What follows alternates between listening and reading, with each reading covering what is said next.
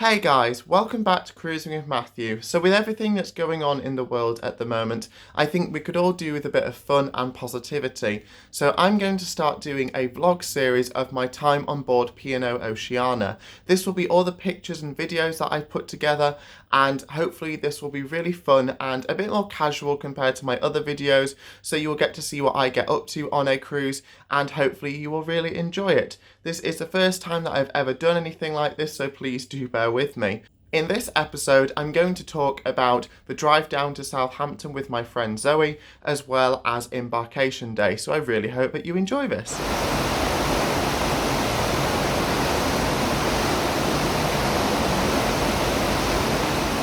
Now, the holiday started with a long journey down to Southampton. I live in Yorkshire, however my friend is based in Nottinghamshire, so I had to get the train from York. However, we made it to Nottingham in relatively good time, and off we went to Southampton, chatting away as we did. Now, I love being able to stay the night before because it means that I'm well rested for Embarkation Day, which can be quite tiring anyways, and it also means that you don't have to worry about being on a schedule. Upon arrival into Southampton, we checked into our hotel. Now, we were pretty tired at this point, but we wanted to get some food in us, so off we went. We decided that we would visit Cosmo. Now, for those of you who haven't encountered this place before, Cosmo is like an international buffet. So there is a wide range of foods and you can have a little bit of everything. And it kind of felt like we were starting the cruise diet early. So by the time that we'd eaten in there, we were absolutely stuffed and we were going to head back to the hotel. However, we bumped into what I learned was Southampton's Festival of Light, where there's a series of exhibitions showing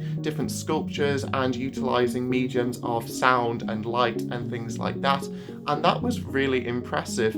However, I learned that Oceana was docking early in order to avoid some inclement weather, so I decided to go down to Town Quay, which is near the Redjet Terminal, to see the ship sail in. Now, it was absolutely amazing to see Oceana all lit up at night. It gave me a little bit of a fluttery feeling in my stomach to actually see the ship for the first time. Needless to say, I woke up very early on Sunday the 23rd of February because it was Embarkation Day.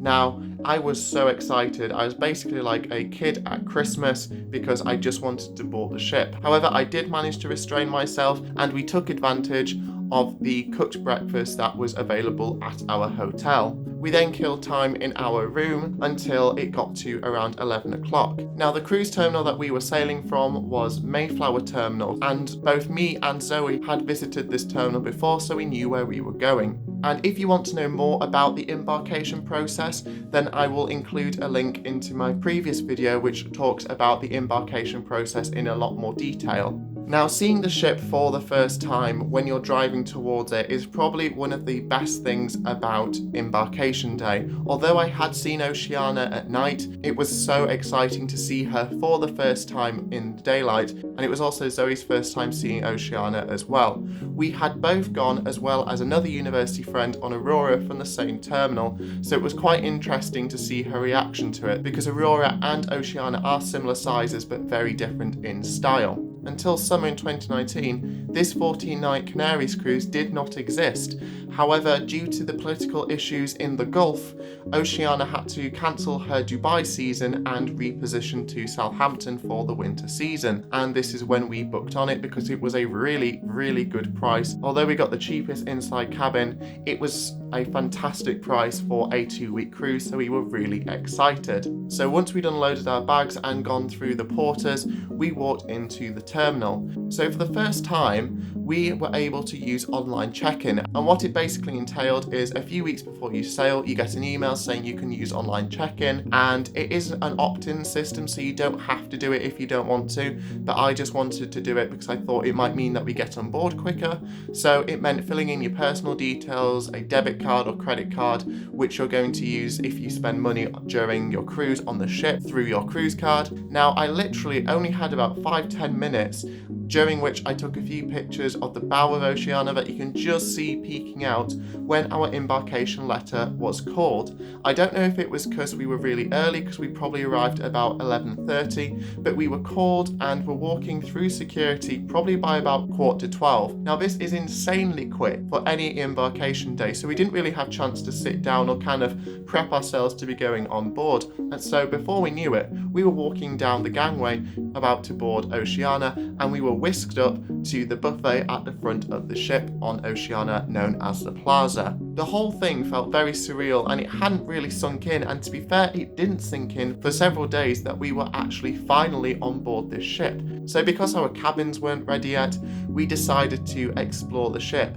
And a running theme that I will say frequently throughout these vlogs is that Oceana has tons of space. It feels very open, and especially on the open decks, there is a huge range of things to explore. If you want to have a full ship tour of Oceana, then check out the link below, because I've just done one and that goes into full details in all the public areas. After we had done a fair bit of exploring of the open decks, we got an announcement that our cabins had been made available, and so we went down from the top deck and took a lift all the way down to deck 5, and this is when we had our first impression of the Atrium, because somehow we had just managed to miss it on our way up to the buffet, and all we could say was, wow, this Atrium is stunning, and probably the best one that I've ever seen, because it spans 4 decks and it doesn't feel imposing, but it feels really grand and also welcoming. The benefit of our cabin being on deck 5 or F deck was that we were literally able to walk straight through the atrium and our inside cabin was waiting for us.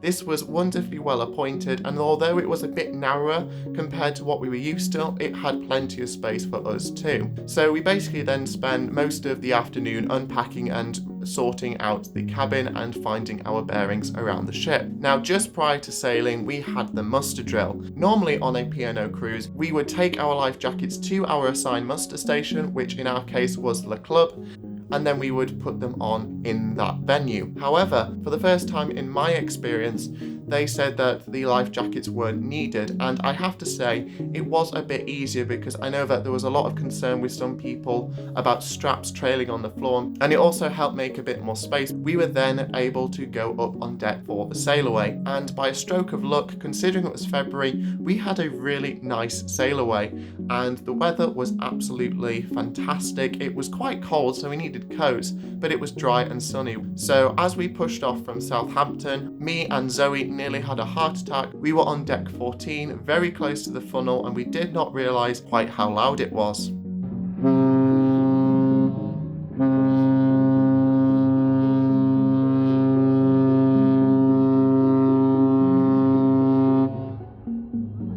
And as we learned throughout this cruise, the bridge officers were definitely not afraid to use that horn. We made our way to the front of the ship on deck 14 in front of the Plaza buffet area, and there is a lovely observation deck area. Now, this has beautiful views over the bow of the ship, and where there is the overhang of the bridge, the observation deck continues. So if you could just squeeze past those sunbeds which had been put there, you were able to have gorgeous views looking down the side of the ship. And it was such a peaceful, relaxing sail away as we made our way out of the Solent and also passing the Isle of Wight. With it becoming quite dark and quite cold, we quickly had a cup of tea in the Plaza before making our way downstairs to get ready for dinner. So after we'd got changed before dinner, we decided to have a drink at Tiffany's, which has a beautiful range of cocktails, and Zoe had her bubblegum cosmopolitan, which she had been dreaming about for several months after we booked this cruise. Now, the main dining room on a first night of the cruise can be a bit chaotic because no one knows where they're going. However, the waiters and the maitre d' were fantastic, and even though we'd lost our little slip telling us which table number we were at, we were escorted to our table at the Adriatic restaurant, which is club dining. Now, as we sat down, we realised that we were just one table away from the window, so we got some lovely views of Portsmouth as it sailed past, and we also met our first table companions. These were Max and John, and we got on like a house on fire. on the first night and we never stopped talking throughout. Coupled with the fantastic food that we were having on Oceana, it was a fantastic evening. We were chatting so much that we nearly missed our first show. This band was known as the Graffiti Classics, and they basically did a performance using a whole range of string instruments, but also they added a bit of comedy, and even though they performed some really fantastic classical pieces of music, they also managed to put their own twist on it. They also started trying to limbo or something, and the guy on the double bass just made the whole thing absolutely hilarious, and it is a very unique performance, but I absolutely loved it. So if you ever see the Graffiti Classics performing on a cruise ship, make sure that you go. Now, after the performance, we were absolutely exhausted, so after a brief walk along the promenade, we called it a night, and already we could tell that Oceana was starting to have a bit more movement than she was when she had just left Southampton. Erring on the side of caution, we decided to take some seasickness tablets, and in my next episode, you will learn why that was definitely a wise choice. So, that concludes my first episode of my P&O Oceana vlog, and I really hope that you enjoyed it. If you want to know anything else, please let me know in the comments below and I'll do my best to answer it. If you want to know more about cruising with Matthew, then take a look at some of my other social media sites, Facebook, Instagram, Twitter, and my Facebook group, where I post in daily, and I would love to see you there. Please like and subscribe if you haven't already done so, because it's much appreciated, and I hope that you enjoyed this episode, and I shall see you on the next one, where I will talk about my 3 sea days before Madeira, and how on the first sea day it was a little bit bumpy. But that is next week, so I hope you have a fantastic week, and I shall see you then. Thank you very much.